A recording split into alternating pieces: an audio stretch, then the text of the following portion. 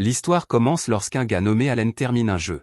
Le jeu a pris 3 ans à terminer, mais cela ne suffit pas à Allen. C'est incroyablement décevant, et il dit que ce n'était qu'un autre jeu sans saveur. C'était de la pure camelote, et Allen souhaite qu'il y ait un jeu qui prenne au moins 10 ans à terminer. Allen décide de ne pas perdre de temps, alors il cherche exactement ce qu'il veut. Dans sa recherche, il cherche un jeu vidéo avec un équilibrage nul, et il veut qu'il soit hardcore. Cela le mène à un site qui propose un jeu qui ne finit jamais. Allen ne peut être plus excité de commencer, alors il jette un œil aux paramètres de difficulté. Là, il trouve les modes standard facile, normal et difficile, mais la dernière sélection le surprend. C'est appelé le mode enfer, et sa description est assez vague. Elle dit que les regrets sont le moindre de ses soucis, car il sera confronté à un désespoir total. Allen est un joueur sérieux, donc ces mots ne le perturbent pas car il les a déjà tous entendus auparavant. Il sélectionne immédiatement la difficulté mode enfer, et le jeu commence. Il y a une tonne de classes de personnages parmi lesquelles choisir, et certaines options sont épéistes et utilisateurs de lance. Allen s'intéresse à la classe de Seigneur Démon, mais il y en a une en dessous. C'est la classe d'Invocateur, et Allen ne peut que se demander pourquoi son niveau de difficulté est si élevé. Allen cherche un défi, alors il sélectionne Invocateur, mais le jeu dit que la classe est encore en phase de test alpha. Le jeu lui permet quand même de la choisir, alors il dit qu'il sera le cobaye du jeu et qu'il testera la classe. Une fois cela réglé, Allen est prêt à jouer, alors il appuie sur le bouton de démarrage. Cependant, ce n'est pas un jeu ordinaire, donc Allen est téléporté à l'intérieur. Quelques instants plus tard, un homme dit à sa femme qu'elle a fait du bon travail en donnant naissance à leur fils. Ce bébé est Allen, et il comprend rapidement qu'il doit avoir été réincarné. Le père d'Allen est content de voir que c'est un garçon en bonne santé, et il souhaite la bienvenue à Allen dans ce monde. Un peu plus tard, Allen est nourri avec joie par ses parents. En mangeant, Allen pense à ce qu'il était auparavant, un travailleur de col blanc de 35 ans, sans éducation, fauché et inapte sentimentalement. Il a été réincarné, donc maintenant il a 1 an. En tant que bébé, il ne peut pas parler, mais il peut encore penser en lui-même et comprendre les mots. Ses parents sont des roturiers, et ils vivent dans un village frontalier. Ici, les gens paient des impôts à un seigneur régnant pour cultiver la terre, donc leur village n'a même pas encore de nom. Le père d'Allen s'appelle Roden, et c'est un vrai père de famille qui travaille dur tous les jours. Sa mère est Theresia, et elle est aussi douce qu'on peut l'être. Allen est leur seul enfant, mais ses parents s'aiment beaucoup, donc il peut dire qu'il n'attendra pas longtemps avant d'avoir un frère ou une sœur. Cette nuit-là, lorsqu'il est laissé seul, Allen essaie d'ouvrir une fenêtre de statue. Bien sûr, il est déçu quand rien ne se passe. Allen profite de sa vie paisible, mais il ne peut s'empêcher de penser qu'il est supposé être un invocateur maintenant. Allen a essayé d'ouvrir sa fenêtre de statue nuit après nuit aussi longtemps qu'il s'en souvienne, et cela ne fonctionne jamais. Avant de s'endormir, Allen essaie une dernière fois, et il est choqué lorsqu'un livre apparaît. Il crie de surprise, et cela attire l'attention de ses parents, alors Allen cache le livre immédiatement. Heureusement, ses parents ne le voient pas, et ils supposent simplement qu'Allen parlait dans son sommeil. Après leur départ, Allen invoque à nouveau le livre. Il l'ouvre cette fois, et il est excité de commencer enfin son temps en tant qu'invocateur. Après une année entière d'essais, il peut enfin voir ses stats, et il y en a beaucoup d'autres. Sa classe est invocateur comme il l'a sélectionné, mais le livre a aussi beaucoup d'informations sur les détails de ses compétences d'invocation. Celles appelées invoquer et créer ont leur propre point d'expérience de compétences, ce qui signifie qu'elles monteront de niveau plus il les utilise. Allen est ravi de voir qu'il a déjà des invocations disponibles, et ce sont l'invocation d'insectes et l'invocation de bêtes. La lettre H est à côté des deux, alors Allen se demande si c'est le rang. Une autre page révèle un message laissé pour Allen par le dieu de la création. Le message remercie Allen de les aider, et il s'excuse d'avoir mis si longtemps à lui obtenir ce grimoire. Allen a sélectionné une classe qui est encore en test, donc il a fallu du temps pour finaliser la paperasse. Tout cela semble correct, mais le message dit aussi qu'il n'accepte aucune question ou annulation concernant la sélection de classe. Allen l'écarte simplement parce qu'il a hâte de commencer à invoquer des choses. Il essaie d'invoquer un insecte, mais rien ne se passe. Il essaie de dire les mots invoquer insecte de différentes manières, mais rien ne fonctionne. Il n'y a pas de guide de jeu ou de solution dans ce monde, donc Allen détermine qu'il devra vraiment se concentrer. Il doit comprendre cela lui-même, alors il se demande s'il doit d'abord utiliser la compétence de création. Il dit créer insecte cette fois, et quelque chose se passe enfin, disant créer insecte crée une carte, et une note indique qu'une carte insecte rang H a été créée. Allen est prêt à utiliser la carte pour réellement invoquer l'insecte, mais il entend un bruit. C'est sa mère, alors Allen doit faire semblant de dormir à nouveau. Allen réalise qu'il ne pourra rien invoquer sans être découvert, donc il devra attendre jusqu'à demain. Allen déteste qu'il devienne en fait assez somnolent, alors il maudit ce corps stupide d'1 an qu'il a. Allen s'endort peu après, et son grimoire disparaît. Le lendemain, Ses parents travaillent dur comme d'habitude, et la mère d'Allen l'aide à apprendre à marcher. Finalement, il est laissé pour sa sieste, mais Allen a d'autres projets. Il sort son grimoire et invoque immédiatement l'insecte. Cela provoque une immense quantité de lumière qui jaillit du livre, et heureusement, sa mère ne la voit pas. Des orbes de lumière flottent maintenant autour d'Allen, et il n'a aucune idée de ce qui se passe. Juste à ce moment, les lumières convergent toutes sur le livre, et un insecte en sort. La créature émet un bruit étrange en sautant, et Allen remarque que c'est une sauterelle géante. Il se demande si elle écoutera ses ordres, alors il lui ordonne de venir vers lui. Allen est encore un bébé, donc il peut à peine formuler des mots réels, mais les instructions sont assez claires. Malheureusement, elles sont inefficaces, car la sauterelle ne l'écoute pas du tout. Au lieu de cela, elle va juste dans la direction opposée, donc Allen détermine que c'est juste un insecte stupide. Allen cherche de l'aide à l'intérieur du grimoire, et il est ravi de voir que cela lui montre les stades de la sauterelle. Allen peut même lui donner un nom formel, alors il la nomme Danka. Allen remarque une section appelée bonus, et il se demande ce que cela signifie. Il y est écrit plus un d'endurance et plus un d'agilité, mais cela ne semble pas affecter la sauterelle. Juste à ce moment, Allen réalise quelque chose, alors il va vérifier ses propres stats à nouveau. Il est instantanément émerveillé car les bonus augmentent en fait ses propres stats. C'est encore plus génial que tout ce qu'il aurait pu imaginer, alors il crie. Malheureusement, cela attire l'attention de sa mère, et elle est horrifiée par la sauterelle. Elle l'écrase immédiatement, et Allen ne peut que pleurer son compagnon loyal, Danka. Après plusieurs jours à jouer avec ses compétences, Allen a finalement passé à la création de la bête. C'est une souris, et il a choisi le nom de Mouzi. Mouzi est stupide comme une pierre tout comme Danka, mais Allen ne peut pas se plaindre. Elles ne sont pas très intelligentes, mais elles utilisent leur capacité chaque fois qu'il le leur dit. Mouzi a la capacité de se précipiter, donc chaque fois qu'Allen lui dit de l'utiliser, Mouzi se précipite dans la pièce. Quant à Danka, sa capacité s'appelle saut. Allen a déterminé que ce monde fourmille de monstres puissants, et il sait qu'il ne pourra en vaincre aucun avec ses deux petits compagnons.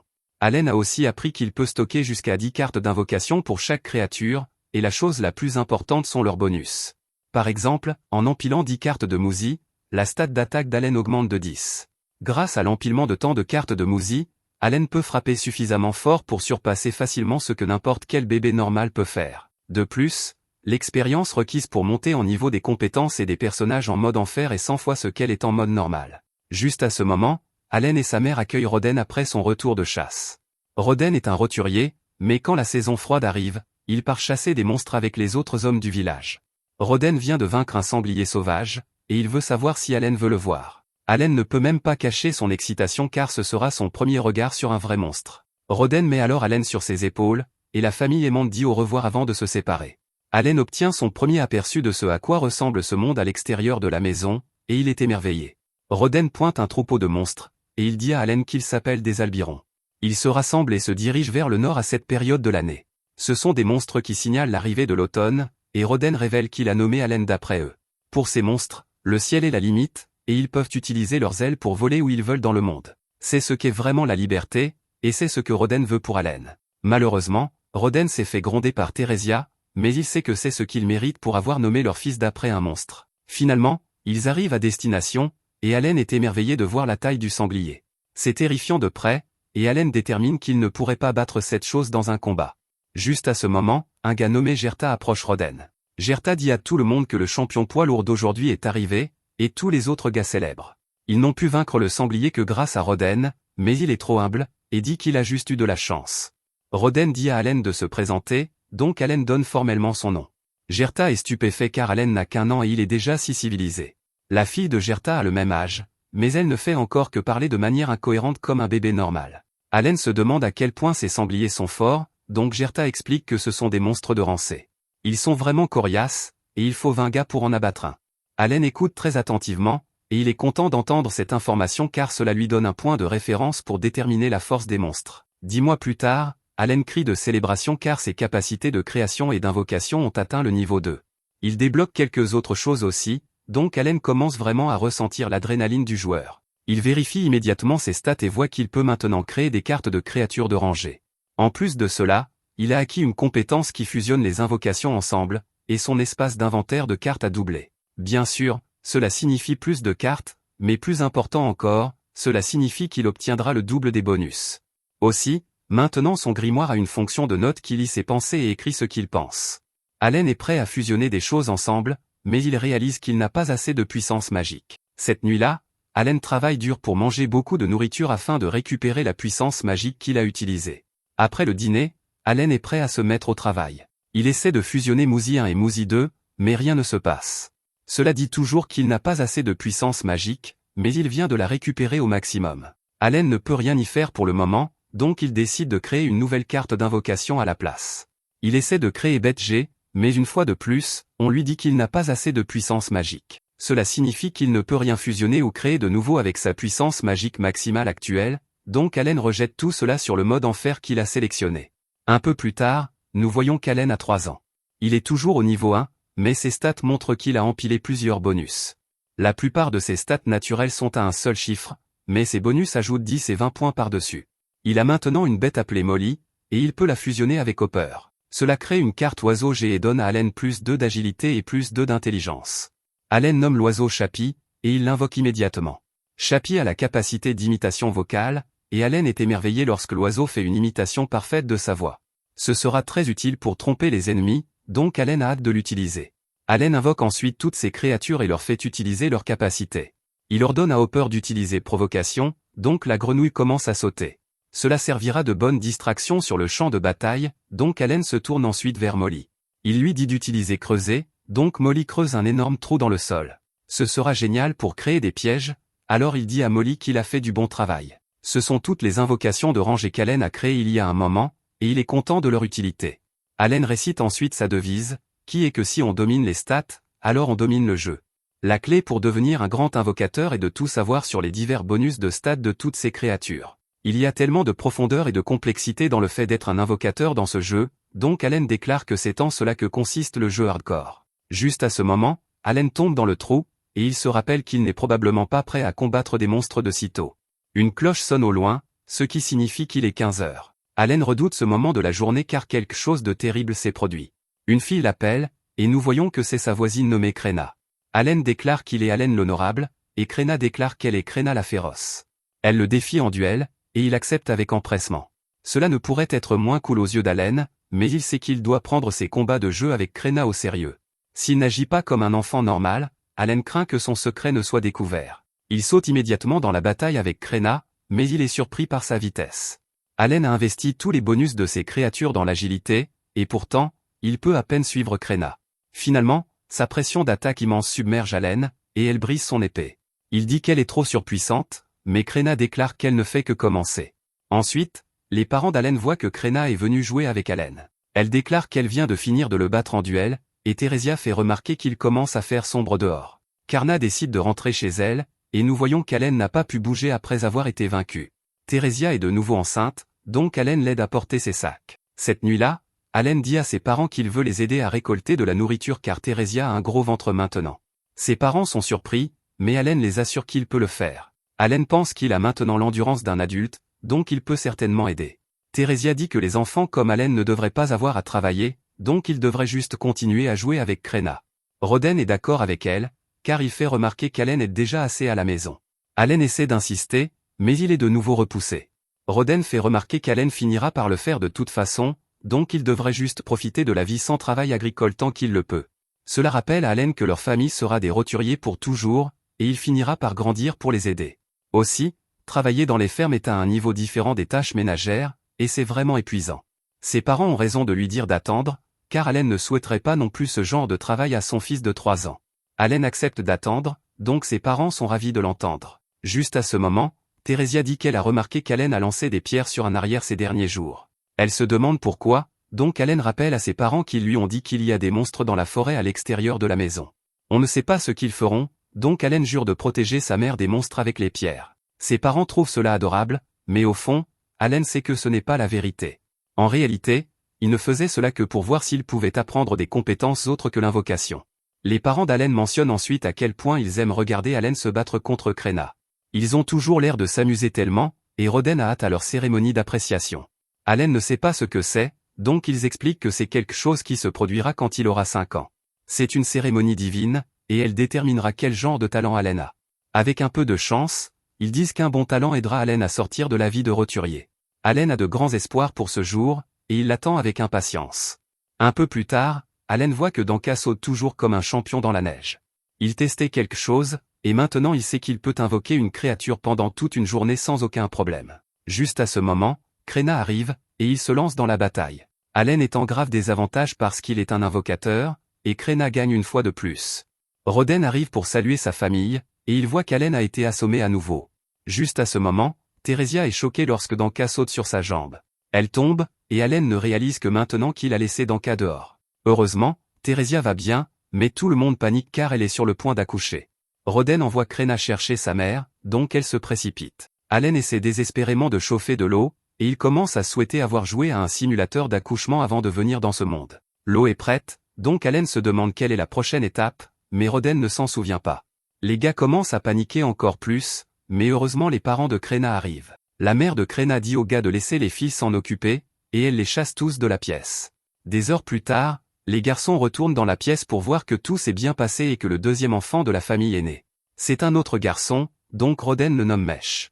Theresia adore ça, mais d'abord elle veut s'assurer que ce n'est pas un autre nom que Roden a pris d'un monstre. Roden ne peut pas le nier, mais Theresia rit. Elle aime toujours le nom, et tout le monde célèbre. Alors qu'Allen les regarde, il ne peut s'empêcher de se demander pourquoi il a été réincarné. Au début, il voulait juste jouer à un jeu hardcore avec un équilibrage nul, mais il réalise quelque chose maintenant. Il était fauché, sans éducation, inapte sentimentalement, et un parfait inconnu, donc il n'est pas triste de laisser sa vie passer derrière lui. Rien ne le retient maintenant, donc il va accumuler le meilleur équipement et maximiser toutes ses stats. Les parents d'Allen l'appellent pour dire bonjour à son frère, donc Allen souhaite la bienvenue à Mesh dans ce monde. Alors qu'il regarde tout le monde, Allen ne peut s'empêcher d'admettre que ces trucs de famille sont plutôt agréables. Allen fait pleurer son frère par accident, mais ses parents lui disent que ce n'est pas grave car il criait bien plus fort quand il est né. Allen est beaucoup plus heureux qu'il ne le pensait dans ce monde, et il a pris une décision.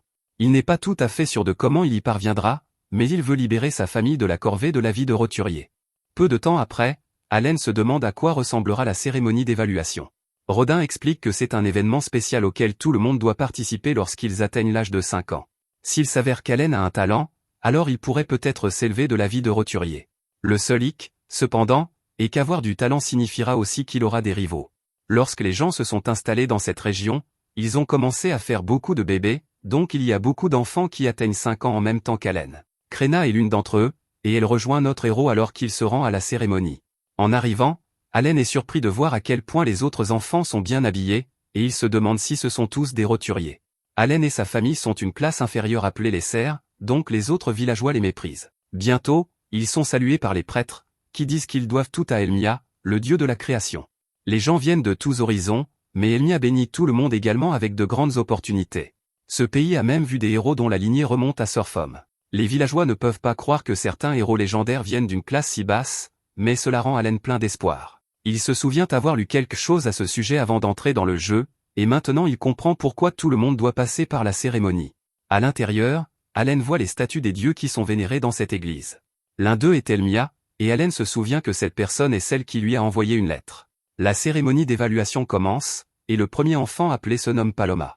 Le prêtre explique qu'en plaçant sa main sur cette boule de cristal, tous les talents et attributs qu'il possède seront inscrits sur une plaque de métal. Paloma va toucher le cristal, et son père lui dit que tout ira bien. Les statistiques de Paloma s'affichent sur la plaque de métal, et Allen remarque que cela ressemble à la page de statistiques qu'il voit dans son grimoire. Le prêtre déclare que Paloma a le talent d'être un marchand, et le père de Paloma dit que c'est une excellente nouvelle. Il remercie le ciel, alors Allen en déduit qu'avoir un talent quelconque est une raison de célébrer.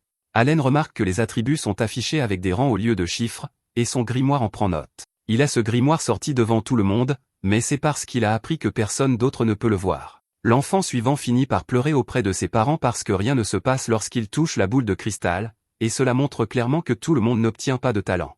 Un autre enfant nommé Dogora obtient le talent de porteur de hache, et c'est le premier attribut de rang A qu'il voit. Plusieurs heures plus tard, tous les enfants ont été évalués et il ne reste qu'Allen et Krenna. Krenna passe le test, et tout le monde est choqué lorsque la boule de cristal commence à briller plus que jamais auparavant. Son père ne peut que se demander ce que cela signifie, et le prêtre dit que c'est un miracle. Krenna a le talent appelé Seigneur de l'épée, et c'est l'un des meilleurs talents qui existent.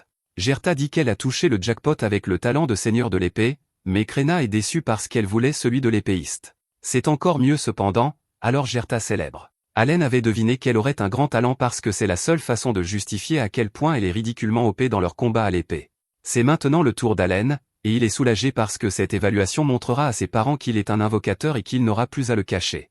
Cette fois, la boule de cristal brille encore plus, et la force qu'elle dégage repousse Allen. Rodin a hâte d'entendre quel genre de talent Allen a, mais tout le monde est choqué lorsque le prêtre dit qu'il n'en a pas. Allen n'arrive pas à y croire parce qu'il devrait au moins avoir quelque chose, mais les résultats sont clairs. Au lieu d'afficher un talent, cela montre juste un tas de lettres aléatoires, et Allen se demande s'il s'agit d'un bug dans le jeu. Il blâme les développeurs du jeu et dit qu'Elmia, le soi-disant dieu de la création, devrait apprendre à déboguer son jeu. Cela signifie que personne ne saura qu'il est un invocateur, mais il est surpris par Rodin. Rodin dit que ce n'est pas grave s'il n'a pas de talent, et il rentre chez eux. Ses parents lui disent que les talents n'ont pas d'importance et qu'Allen sera toujours leur fierté et leur joie. Allen pense à ce que sa famille n'a pas grand-chose, et ils n'ont même pas de baignoire pour se laver. Ils sont méprisés parce qu'ils sont pauvres, mais Allen dit qu'il est toujours heureux d'être né dans une famille aussi aimante. Cette nuit-là, Allen repasse tout ce qu'il a appris. Tous ses attributs sont de rang E, et aujourd'hui il a appris qu'il est le seul dans ce monde entier à jouer en mode enfer. Tous les participants à la cérémonie d'évaluation avaient 5 ans, ce qui signifie qu'ils devraient tous être de niveau 1 comme lui. Le système de classement affecte probablement la quantité de croissance qu'ils peuvent obtenir chaque fois qu'ils montent de niveau. La seule chose qui peut expliquer pourquoi tous ces attributs sont de rang E est parce que la progression en mode enfer est 100 fois plus difficile que la normale. Cela signifie aussi que ces attributs ne montrent qu'un centième de ce que ces rangs réels sont. Allen était coincé dans une boucle à jouer à des jeux faciles, et maintenant il est entré dans le jeu le plus difficile de tous les temps. La plupart des gens abandonneraient, mais Allen est déterminé à prouver à tout le monde que le jeu hardcore est la vraie voie. Ces lettres aléatoires au lieu d'un talent étaient clairement un bug, alors Allen décide d'écrire des lettres de réclamation à l'équipe de développement. Plus tard, Allen et sa famille vont à la célébration de Krenna. Krenna a appris que Seigneur de l'épée est encore mieux que le talent d'épéiste, ce qui signifie qu'elle va être encore plus forte. Le chef du village leur a donné de l'alcool de célébration, mais Rodin a agi bizarrement toute la journée.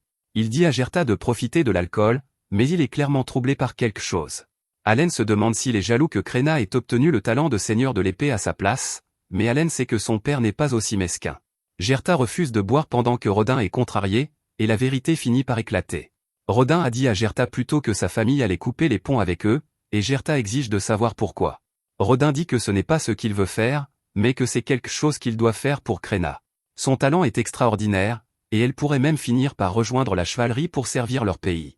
Il y a de bonnes chances qu'elle puisse même devenir noble, donc les personnes avec son talent ne devraient pas perdre leur temps à socialiser avec des serfs. Les deux hommes commencent à se disputer, et Allen se demande s'il devrait faire quelque chose. Il dit à Krenna de les calmer, mais les femmes s'en chargent. Elles utilisent la force brute pour mettre fin à la dispute, et elles disent à Allen que les deux hommes se disputent toujours comme ça. Ils sont amis depuis très longtemps, et ils étaient autrefois des têtes brûlées qui se battaient tout le temps. Les 4 sont en fait des amis d'enfance, et ils ont grandi dans le même village. Ils ont entendu qu'un nouveau village était en construction, alors ils ont tous accepté de participer à l'effort. Leur maison avait même le même design, et les deux hommes les ont construites de leurs propres mains. Rodin et Gerta se calment en parlant de construction, et ils boivent l'alcool de célébration. Quelques jours plus tard, Gerta est choquée d'apprendre que l'ordre des chevaliers vient voir Krenna. Tout le monde se rassemble dans le village pour voir les chevaliers, et ils ne peuvent pas croire qu'ils viennent pour Krenna parce qu'elle n'est qu'une enfant. Allen est aussi impressionné parce qu'il semble que la rumeur de son incroyable talent commence à se répandre. L'enfant nommé Dogora arrive, et Allen remarque qu'il s'investit vraiment dans son talent de hache en portant un bâton géant. Dogora demande ce qu'Allen fait ici, et il dit que les losers sans talent n'ont pas leur place ici. Krenna le défend en disant qu'Allen est fort, mais Dogora fait remarquer que tous les rangs d'Allen étaient eux. Juste à ce moment, les chevaliers arrivent, et même le capitaine des chevaliers est là. Son nom est Zenof, et il est un maître d'épée. Krenna est appelée à les rencontrer, et Allen peut dire qu'elle est extrêmement excitée. Cela fait 3 ans qu'ils ont commencé à jouer aux chevaliers, et maintenant elle rencontre les vrais. Elle se présente à Zenof, et Allen se demande si leur présence signifie qu'elle va devenir chevalier maintenant. Gerta s'inquiète en faisant remarquer que Krenna n'a que 5 ans et qu'elle n'a même jamais touché une vraie épée auparavant. Zenof dit que cela n'a pas d'importance tant qu'elle a le talent de seigneur de l'épée, et il commence à se demander s'il mente. L'atmosphère devient très tendue, et Allen sent que quelque chose ne va pas. Zenof explique que falsifier les résultats de la cérémonie d'évaluation est puni de mort. C'est une affaire très sérieuse, et ils doivent déterminer si le talent de Krenna en tant que seigneur de l'épée est légitime. Il n'y a qu'un seul moyen de le confirmer, et Zenof choque tout le monde en révélant qu'ils vont organiser un duel d'escrime. Allen se demande s'il a bien entendu ce gars, et Gerta le supplie d'avoir pitié parce que Krenna n'est qu'une enfant. Zenof refuse et dit qu'elle doit se battre, ou elle et toute sa famille seront éliminés sur place. Tout le monde est horrifié d'entendre cela, et Allen pense que ce n'est pas du tout juste. Contrairement à tout le monde, Krenna n'est pas inquiète. Un chevalier lui apporte une épée, et elle est juste excitée d'utiliser une vraie pour la première fois. Elle dit à Gerta que tout ira bien, et même lui ne peut pas croire à quel point elle est calme. Krenna se prépare pour son duel qui déterminera le sort de toute sa famille, mais elle n'est pas du tout inquiète. Au lieu de cela, elle se présente comme Krenna la chevalière, et elle défie son adversaire. Son adversaire, nommé Lebran, a le talent de lance, et il accepte son défi. Leur duel commence, et tout le monde est étonné de voir que Krenna est capable d'utiliser une épée presque aussi grande qu'elle.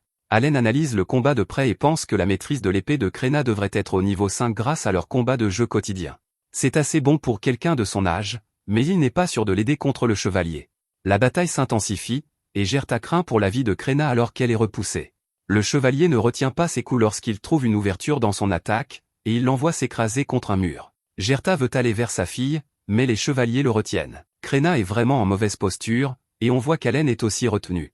Allen pense que Krenna est peut-être une seigneur de l'épée, mais les adultes ont toujours un avantage en compétence et en niveau. Ce combat n'est même pas équitable, mais tout le monde devient complètement silencieux lorsque quelque chose commence à se produire. Une sorte de pouvoir commence à s'écouler de Krenna, et elle devient presque une personne différente alors qu'elle retourne au combat. Le sourire a complètement disparu de son visage, et elle commence à dominer la bataille. Le chevalier détermine que cela doit être une compétence supplémentaire, et il est rapidement submergé. Krenna est même capable de détruire son épée, alors Zénov déclare que le duel est terminé. Krenna est surprise d'entendre que c'est déjà fini, et elle remercie joyeusement Lebran pour la bataille. Il est complètement vaincu, et tout le monde acclame Krenna.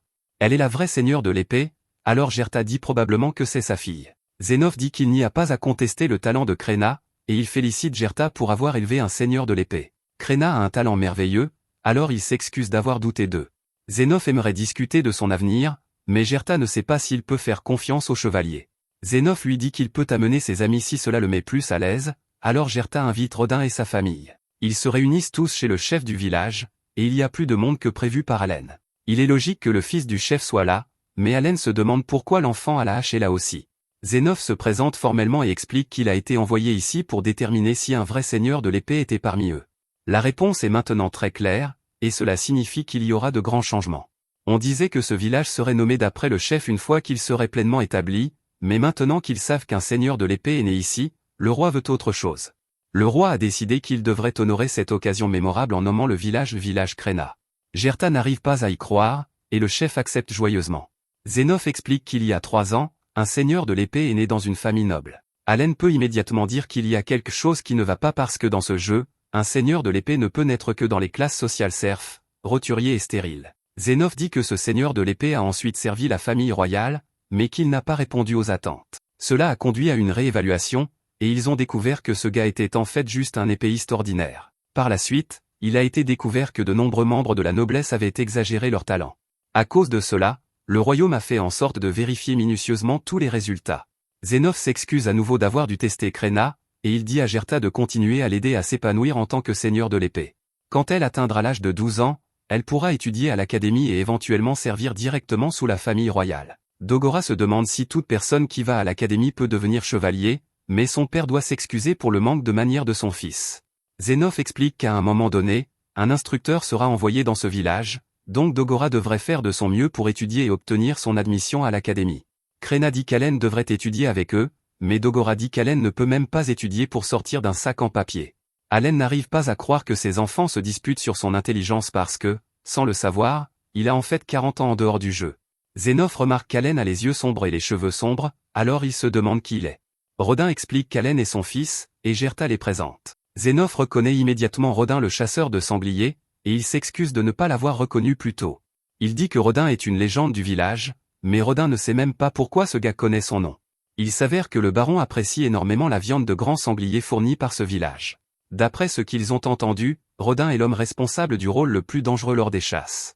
C'est un éloge du baron lui-même, alors Allen dit que son père est une superstar. Après s'être séparés, Rodin dit que Krenna sera probablement chevalier un jour. Ce que Zénov a dit prouve aussi que des cerfs comme Rodin le chasseur de sangliers peuvent être reconnus par les grands pontes. Rodin dit qu'il devrait toujours continuer à travailler parce qu'on ne sait jamais quel bien en viendra.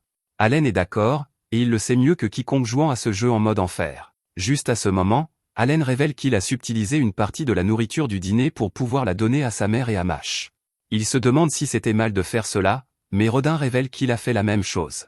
Quelque temps plus tard, Allen crie d'excitation parce qu'il a enfin fait monter de niveau sa compétence d'invocation. Il a maintenant la compétence améliorée, et il se demande si cela signifie qu'il peut rendre son invocation plus forte. Allen a également débloqué des créatures de rang F, mais il doit encore les fusionner pour en obtenir de nouvelles. Allen se demande quel type il a obtenu cette fois, et il espère avoir obtenu quelque chose comme un dragon. Pour couronner le tout, l'espace d'inventaire d'Allen est passé de 20 à 30, ce qui signifie qu'il pourra obtenir encore plus d'amélioration de ses monstres. Cela fait 2 années complètes depuis qu'il a fait monter en niveau sa compétence d'invocation, mais c'est ainsi quand on joue à un jeu au niveau de difficulté le plus élevé.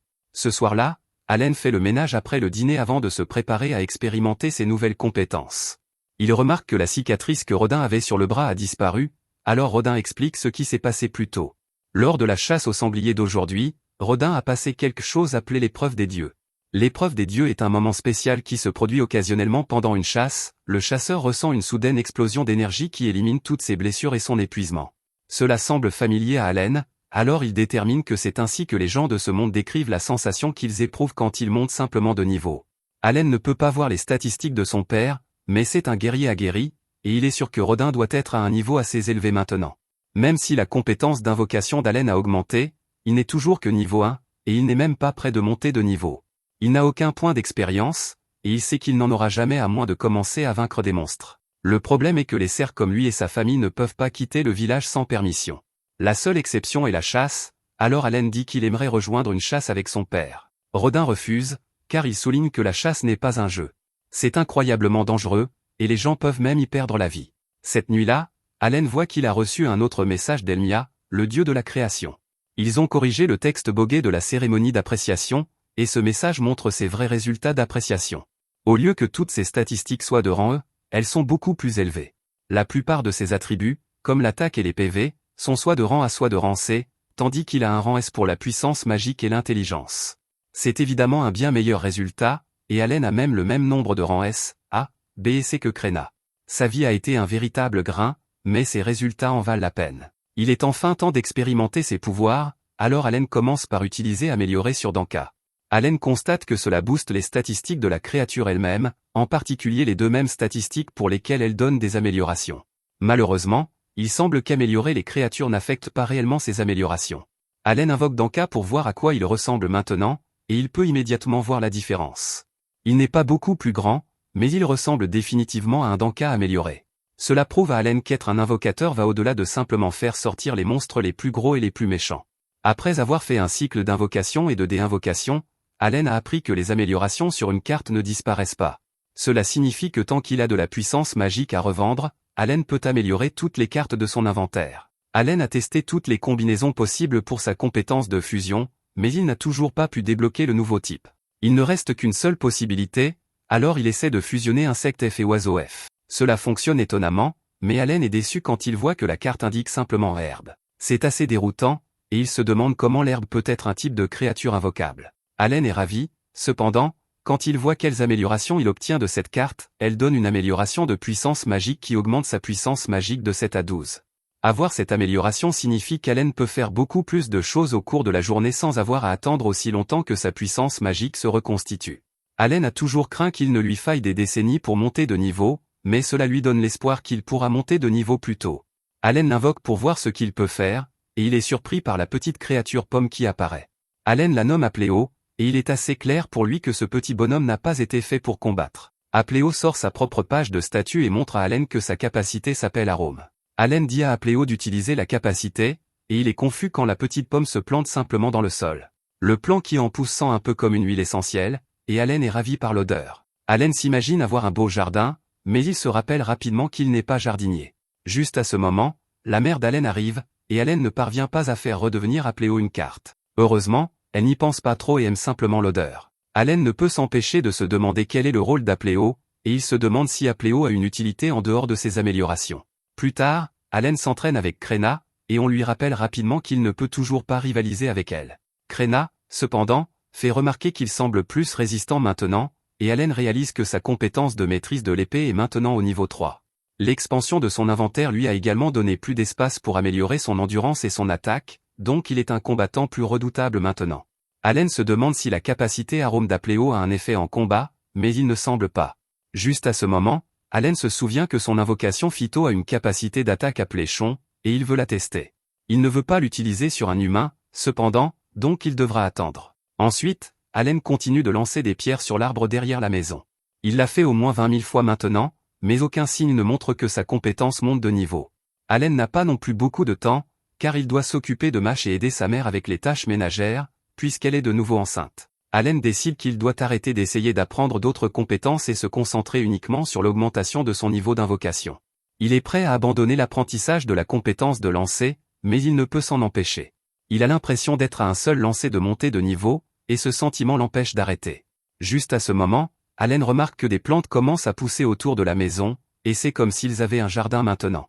Allen a compris quelque chose en testant, alors il explique ce que fait la capacité d'Apléo. La capacité arôme d'Apléo peut raccourcir le temps de récupération de la puissance magique de 6 heures à 5. Cela permet à Allen de faire encore plus d'activités quotidiennes, mais toutes ses responsabilités lui donnent l'impression de ne jamais avoir assez de temps. Cette nuit-là, Allen se demande pourquoi son père met si longtemps à revenir de la chasse d'aujourd'hui. Il entend des cris au loin, et il court dehors pour découvrir que son père a été blessé. Rodin est dans un état terrible parce qu'ils ont pris un croc de sanglier droit dans le ventre. La blessure est horrible, et Allen peut dire que les autres guerriers n'ont pas eu d'autre choix que de la cautériser. Gerta explique qu'ils ont réussi à peine à garder Rodin en vie en utilisant une herbe curative. Elle s'appelle la fleur de merle, et Thérésia ne peut que se demander comment ils avaient une herbe si précieuse. Elle est incroyablement chère, mais Gerta explique qu'il a reçu des pièces d'or du capitaine des chevaliers en guise d'excuse. Il dit qu'ils ont beaucoup de chance parce que Rodin ne serait pas en vie maintenant sans cette fleur. Les autres chasseurs sont furieux, car ils blâment un certain roturier pour ce qui s'est passé et ils en ont assez.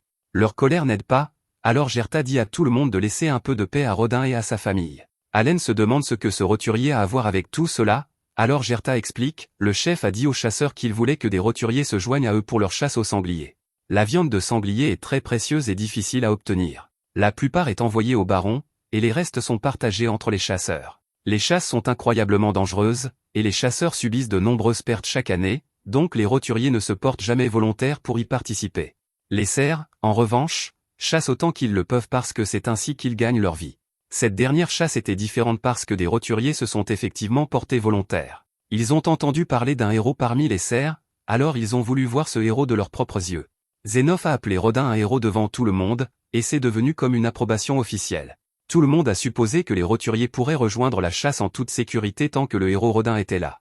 Rodin et Gerta n'aimaient pas l'idée que des roturiers rejoignent la chasse, mais ils ne pouvaient pas refuser la décision du chef. Pour aggraver les choses, les roturiers se sont avérés être de bons à rien qui ne s'entraînaient pas sérieusement. Ils n'ont jamais écouté, parce qu'ils pensaient qu'être enseignés par des cerfs était au-dessous d'eux. Le jour de la chasse, les chasseurs ont donné aux roturiers la tâche la plus facile, ils avaient seulement besoin de retenir l'attention du sanglier, mais le moment venu, ils ont tout fait de travers. Ils ont jeté toute la stratégie des chasseurs par la fenêtre, alors les chasseurs ont été forcés d'improviser. La chasse est devenue un chaos total, et Rodin a été blessé en sauvant l'un des roturiers.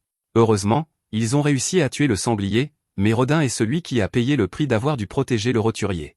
Allen est horrifié de voir son père dans cet état, et il est très dur avec lui-même. Il se traite de perdant parce qu'il s'est seulement concentré sur lui-même et qu'il n'a vraiment aidé personne. Le lendemain matin, Allen dit qu'il prendra le relais pour surveiller Rodin, mais Thérésia lui dit qu'il a besoin de se reposer. Juste à ce moment, Rodin se réveille, et tout le monde est content de voir qu'il est conscient. Allen, quant à lui, ne peut que se demander ce qu'il a fait tout ce temps. Il a été totalement préoccupé à s'améliorer, mais il se demande à quoi sert le pouvoir sans but. Allen réalise maintenant que, pour les gens autour de lui, ce n'est pas un jeu. C'est un monde cruel, et ils font tout ce qu'ils peuvent pour y survivre. Gerta arrive pour livrer la part de viande de sanglier de Rodin, et il dit à la famille qu'ils n'ont rien à craindre. Ils vont s'assurer qu'ils sont bien pris en charge pendant l'hiver pour que Rodin puisse se concentrer sur sa guérison.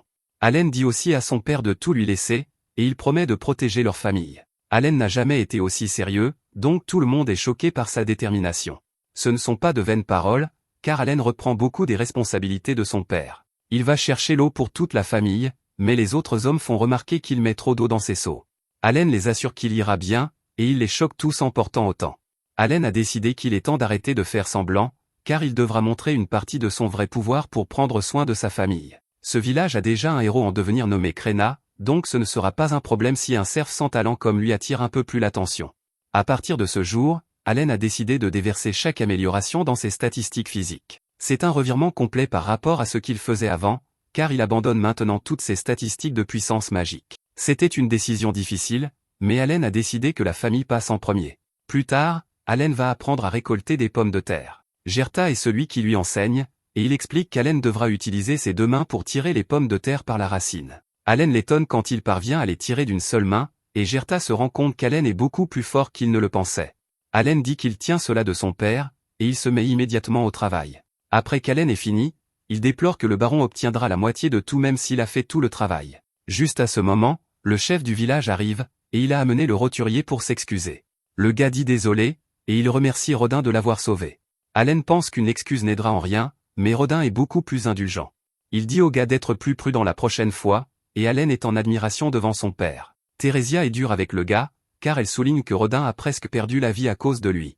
Elle souligne que tout le monde a une famille à laquelle revenir, quel que soit son statut social, alors elle lui dit de garder cela à l'esprit.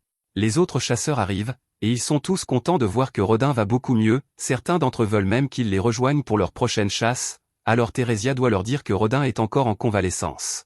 Quelque temps plus tard, Allen libère de l'espace dans un champ pour tester quelque chose. Il invoque un tas de ses grenouilles et met en place un petit piège. Il fait utiliser à ces grenouilles leur capacité de provocation, et Allen attend patiemment à proximité. Il sait que ce piège est assez cliché, mais il pourrait lui rapporter quelques oiseaux sauvages qui aideront sa famille à survivre à l'hiver. Malheureusement, rien ne vient, alors Allen se demande si la portée de cette capacité n'est pas assez large. Il est prêt à retourner à la planche à dessin pour élaborer un nouveau plan, mais il est choqué quand un oiseau sauvage apparaît enfin. Cet oiseau s'avère être bien plus coriace que prévu, car il détruit complètement son piège. Il commence à anéantir toutes les grenouilles, et Allen réalise que cet oiseau est un albaharin. Allen pensait que la capacité attirait quelques petits oiseaux, alors il est horrifié de voir qu'elle a en fait attiré un monstre de Rambé. Cet oiseau dont il porte le nom a l'air plutôt coriace, alors Allen décide de simplement s'enfuir. Juste à ce moment, Allen se souvient que sa compétence améliorée est maintenant au niveau 2. Cela peut augmenter les statistiques de ses créatures de plus 10 à plus 20, et il a déjà amélioré chaque invocation dans tout son inventaire. S'il y avait un moment pour combattre un monstre, ce serait maintenant, alors Allen décide de tenter sa chance. Combattre l'aidera à protéger sa famille, et en plus, les joueurs hardcore ne reculent jamais devant un défi. Allen parvient à porter une attaque sur la bête, et il est immédiatement repoussé. Il contre-attaque en invoquant un tas de phytos, et ils envahissent l'oiseau géant. Allen célèbre trop tôt, cependant, car la bête puissante les détruit. Allen prend un autre coup, et il remarque que cette attaque fait beaucoup plus mal que la première. Il réalise seulement maintenant qu'il a perdu des améliorations pour chaque créature invoquée que l'oiseau a vaincue, et cela le rend plus faible. C'est le principal inconvénient d'être un invocateur, et le corps d'Allen l'abandonne maintenant.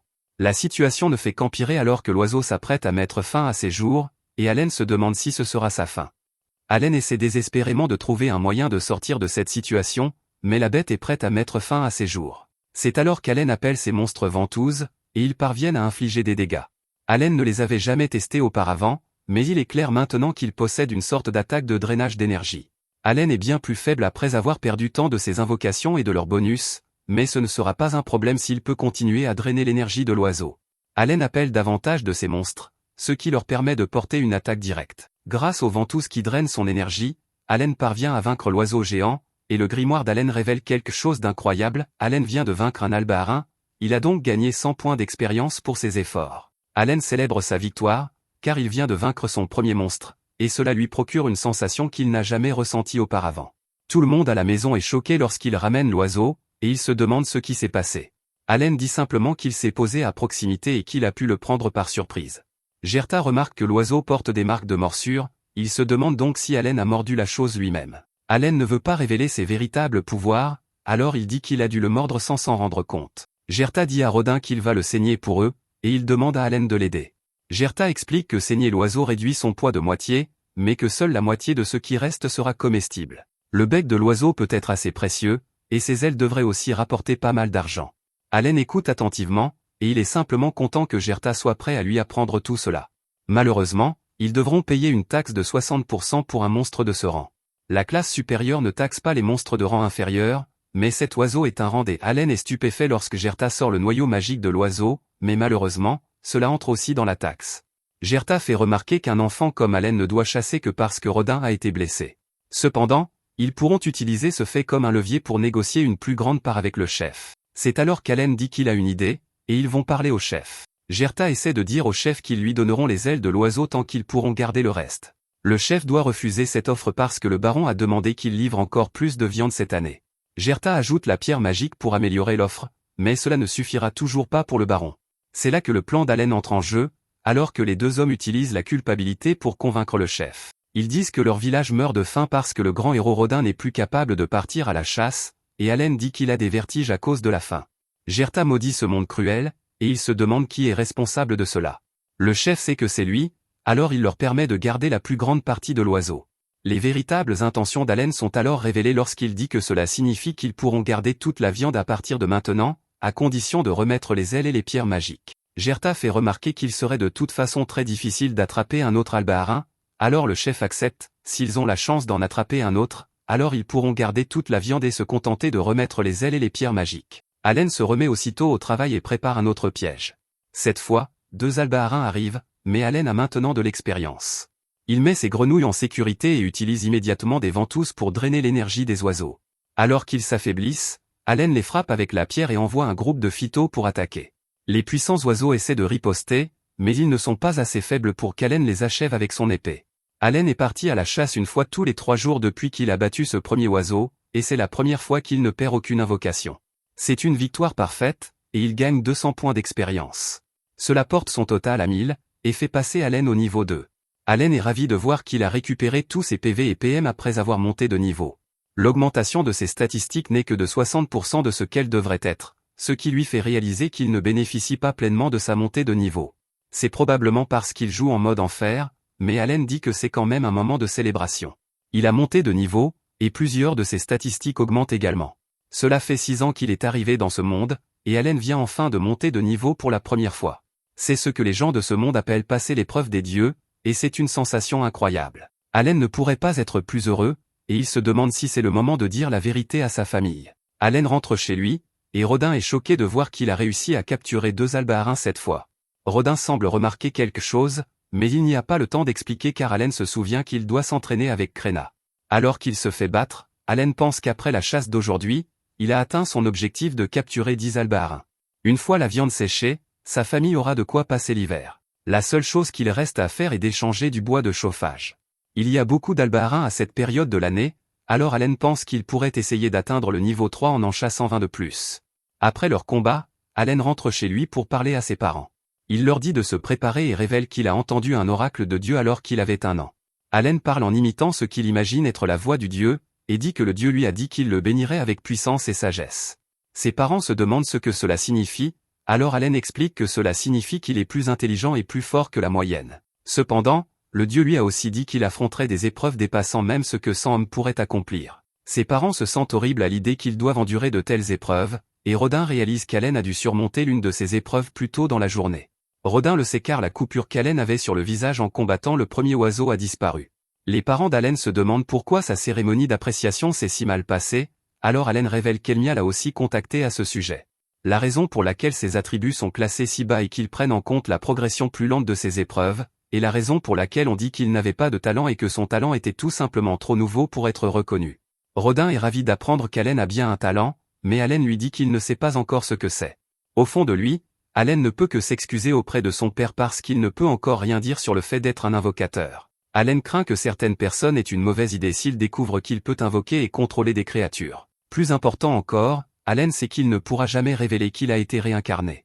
Theresia aurait souhaité qu'Allen leur ait dit plus tôt, car elle ne sait que maintenant à quel point il travaillait dur. La raison pour laquelle il lançait des pierres sur l'arbre et combattait les albaharins était de pouvoir surmonter les épreuves. Rodin se demande ce qu'il va faire maintenant, alors Allen explique qu'il veut prouver sa valeur en passant les épreuves. Rodin promet d'aider de toutes les manières possibles, alors Allen remercie ses parents pour tout. Rodin dit qu'il devrait garder tout cela secret pour que les gens n'appellent pas Allen un faux prophète, mais il veut quand même le dire à Gerta. Allen dit que c'est bon, et Rodin est soulagé parce que Gerta se vante toujours que Kréna est une déesse de l'épée. Quelque temps plus tard, Allen travaille dur alors qu'il prépare l'un des oiseaux qu'il a chassé. Gerta a toujours su qu'Allen n'était pas un enfant ordinaire, mais le fait qu'il soit béni et testé par un dieu est vraiment quelque chose de spécial. Gerta emmène Allen échanger de la viande contre des provisions pour la première fois, alors Allen lui demande de lui montrer comment faire. Allen apporte un tas de viande d'oiseau qu'il a préparé, et Gerta apporte la viande qu'il a obtenue d'une chasse au sanglier. Gerta dit que la chasse est beaucoup plus facile sans les roturiers qui viennent tout gâcher, alors Allen se demande quelle est la différence entre les roturiers et les cerfs. Outre leur statut social, les roturiers n'ont pas à payer la taxe de 60%. Au lieu de cela, ils paient 3 pièces d'or pour chaque adulte et 1 pour chaque enfant chaque année.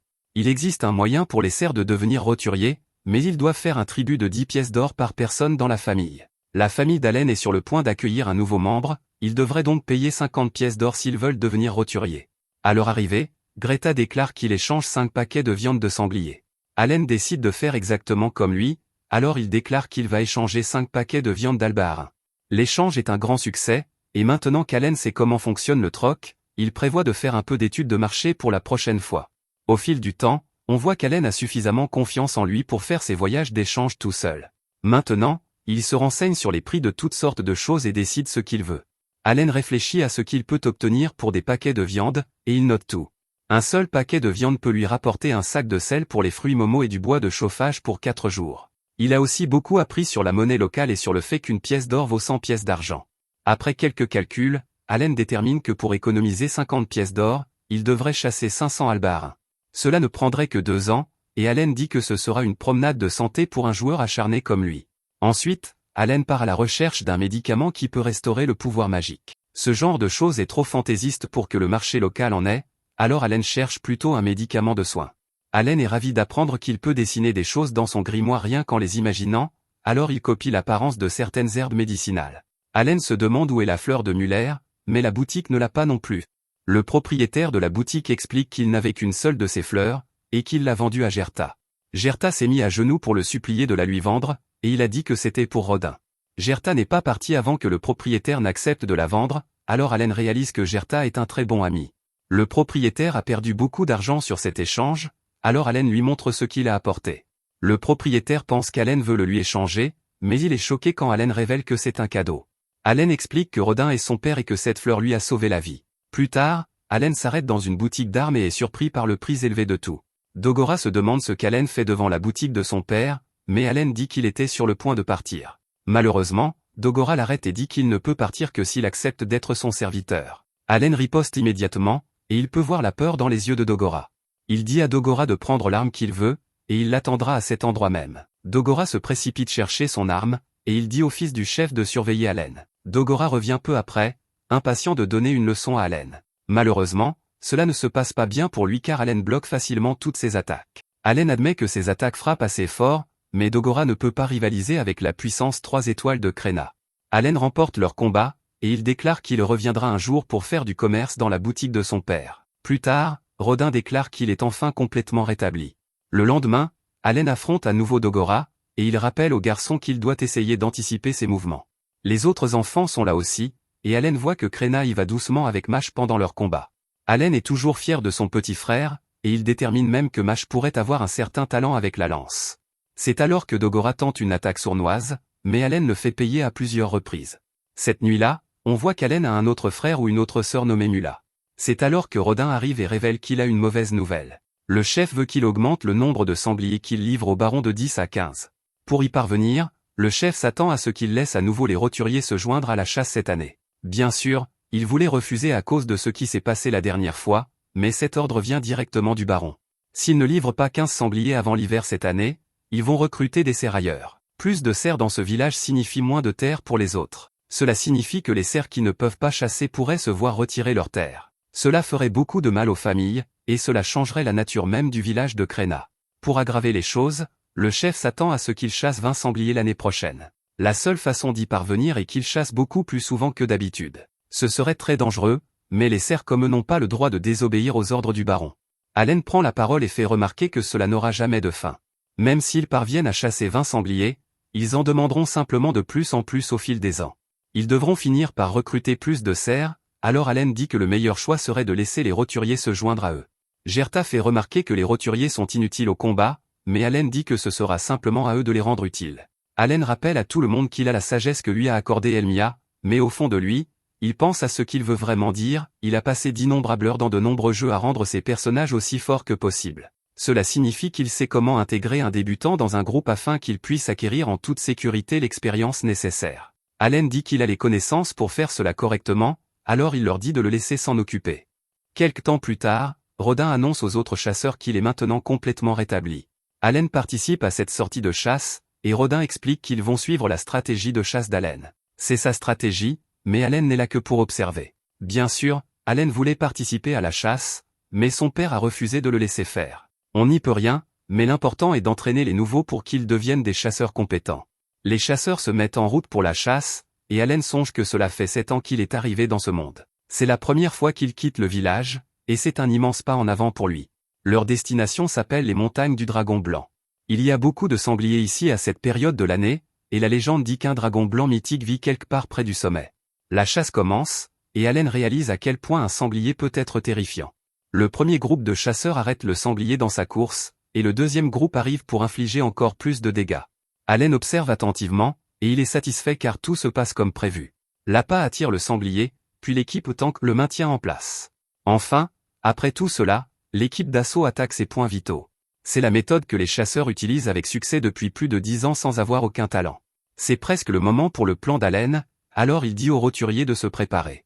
Allen pense que c'était une erreur de compter sur les faibles roturiers pour autant cœur quoi que ce soit en premier lieu. Le but est de leur faire gagner de l'expérience, et ils n'ont besoin d'attaquer le sanglier qu'une seule fois pour y parvenir. Avec le sanglier incapable de se déplacer, les roturiers parviennent à porter leur première attaque sans aucune peur. Les chasseurs réussissent à vaincre la bête, et les roturiers peuvent déjà sentir le pouvoir circuler en eux. Ils sentent qu'ils ont réussi l'épreuve des dieux, et Allen est content car cela signifie qu'ils ont monté de niveau. Les sangliers sont des monstres de rang C, donc les roturiers ont probablement gagné une tonne d'XP. Allen vérifie ses propres statistiques, mais il n'a rien gagné car il ne faisait pas techniquement partie du groupe. Plus tard, certains chasseurs se demandent si Allen viendra à la prochaine chasse. Allen confirme qu'il viendra car il en a déjà fait quelques-unes. Allen aimerait manier une lance à la prochaine chasse, alors il a demandé aux autres chasseurs de mettre un bon mot pour lui la prochaine fois qu'ils parleront à Rodin. Malheureusement, tout le monde sait que Rodin ne veut pas qu'Allen combatte, donc ils ne peuvent pas faire ça. Un boucher remercie les chasseurs de lui avoir apporté plus de viande à découper, et Allen a une idée. Il choque le boucher en lui montrant tous les albarans qu'il a vaincus. Allen explique qu'il y en a trop pour qu'il s'en occupe, alors il aimerait que le boucher les découpe.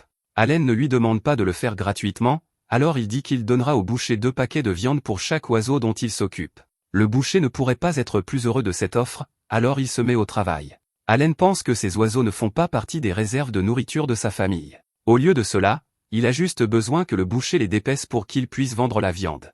Le but d'Allen est toujours de gagner 50 pièces d'or pour sortir sa famille du servage. Lors de la prochaine chasse, Allen pense que les choses se passent bien. En ajoutant progressivement de nouvelles personnes à l'équipe, ils auront finalement assez de monde pour faire 2 groupes. Ensuite, ils pourront doubler le nombre de sangliers qu'ils peuvent chasser. C'est alors que la chasse commence exactement comme la première. Les chasseurs immobilisent le sanglier, et Gerta appelle les nouveaux pour qu'ils portent leur attaque. Les nouveaux sont maintenant bien plus confiants, et ils aident à abattre la bête. Ils sentent qu'ils viennent de réussir une autre épreuve des dieux, et ils se sentent beaucoup plus forts. Allen jette un coup d'œil à son grimoire, et il est ravi de voir qu'il a gagné un tas de points d'expérience et qu'il a même monté de niveau. C'est arrivé parce qu'Allen a commencé cette chasse avec un plan secret. Juste avant que les chasseurs n'arrêtent le sanglier, Allen a invoqué Danka. Heureusement, ces créatures peuvent être invoquées à n'importe quel endroit qu'ils marquent du regard dans un rayon de 50 mètres. Tant que l'une de ces créatures est attaquée, cela suffit à compter Allen comme participant au combat. Danka s'est fait écraser par le sanglier, donc Allen a obtenu les points d'expérience pour avoir été dans le combat. Il a dû sacrifier une de ces créatures, mais Allen est prêt à faire tout ce qu'il faut pour monter de niveau en tant que hardcore gamer. Après avoir célébré le nouvel an chez le chef, Allen et Krena rentrent chez eux. On leur a offert des cadeaux, et Allen se demande si c'est censé être une récompense pour avoir atteint le quota de 15 sangliers l'année dernière. Allen célèbre ensuite l'année avec sa famille, et il profite d'un festin.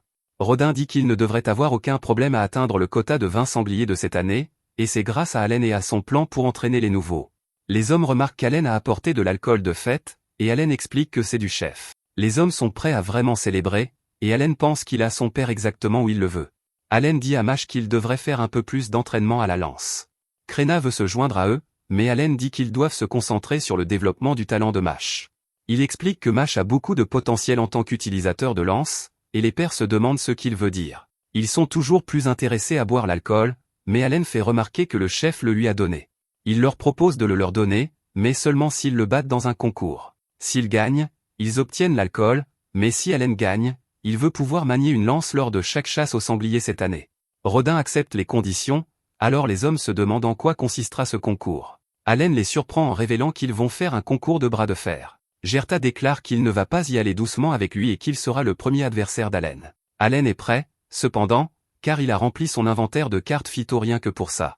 Cela signifie que tous ses buffs sont actuellement en puissance d'attaque. En plus de cela, Allen est maintenant niveau 6, donc il est sûr qu'il va gagner. Le match commence, et Gerta est complètement pris au dépourvu par la puissance d'Allen. Allen choque alors tout le monde en claquant la main de Gerta sur la table. C'était beaucoup plus serré qu'il ne le pensait, et il détermine que la statistique d'attaque de Gerta doit être quelque part entre 150 et 200.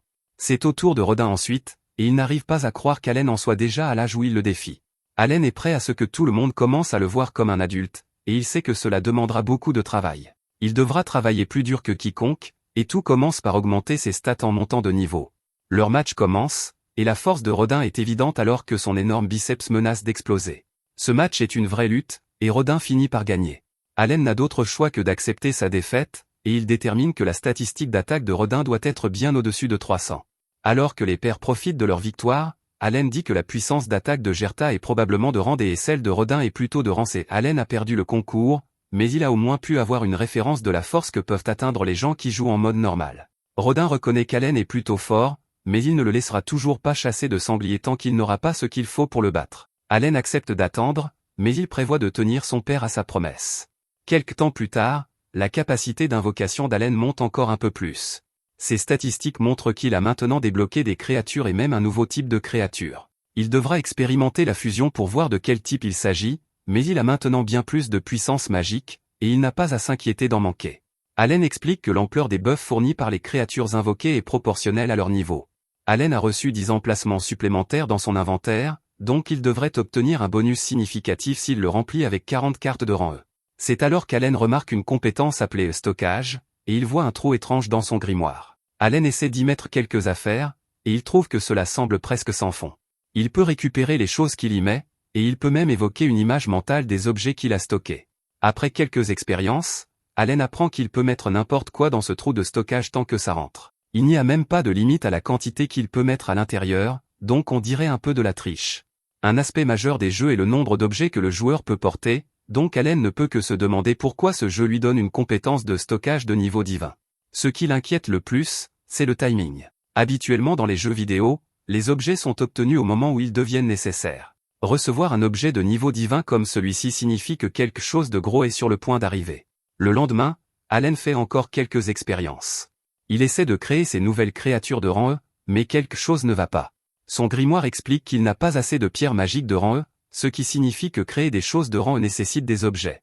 Heureusement, Allen a gardé une cachette secrète avec certaines de ces choses de valeur. Outre tout l'argent qu'il a économisé, Allen a quelques pierres magiques provenant de lapins à cornes qui se sont égarés dans le village. Allen essaie d'invoquer avec cette pierre, mais cela dit encore une fois qu'il n'en a pas assez. Il essaie de mettre la pierre magique dans son stockage, et cela fonctionne enfin. Allen réalise que c'est à cela que sert le stockage, et il voit qu'il a pu invoquer un papillon de rang E. Cette chose est beaucoup plus grosse qu'il ne l'avait imaginé, et il craint que sa mère ne le voie. Heureusement, elle ne remarque rien, alors Allen célèbre avec sa nouvelle créature. Quelques instants plus tard, Allen se retrouve face à face avec une créature terrifiante, mais il s'avère qu'il a juste été effrayé par sa propre invocation. Cette bête terrifiante est un tigre à dents de sabre de rang E, et c'est maintenant la créature la plus forte qu'Allen puisse invoquer. Un coup d'œil à ses statistiques révèle que ses buffs augmentent les stats d'Allen de 10. C'est plus du double de ce que font les rangs F, et Allen nomme le tigre Tama. Allen essaie de fusionner le tigre avec le papillon, mais rien ne se passe. Il se souvient de stocker d'abord la pierre magique, et cela fonctionne à nouveau. Fusionner le tigre et le papillon donne un oiseau de rang E. Allen détermine qu'il aura besoin de beaucoup plus de pierres magiques, ce qui signifie qu'il devra trouver plus de lapins. Malheureusement, Rodin explique qu'ils ont créé un fossé autour du village pour les protéger des dangereux lapins à cornes. Ce n'est pas bon pour Allen, alors il essaie de réfléchir à un plan.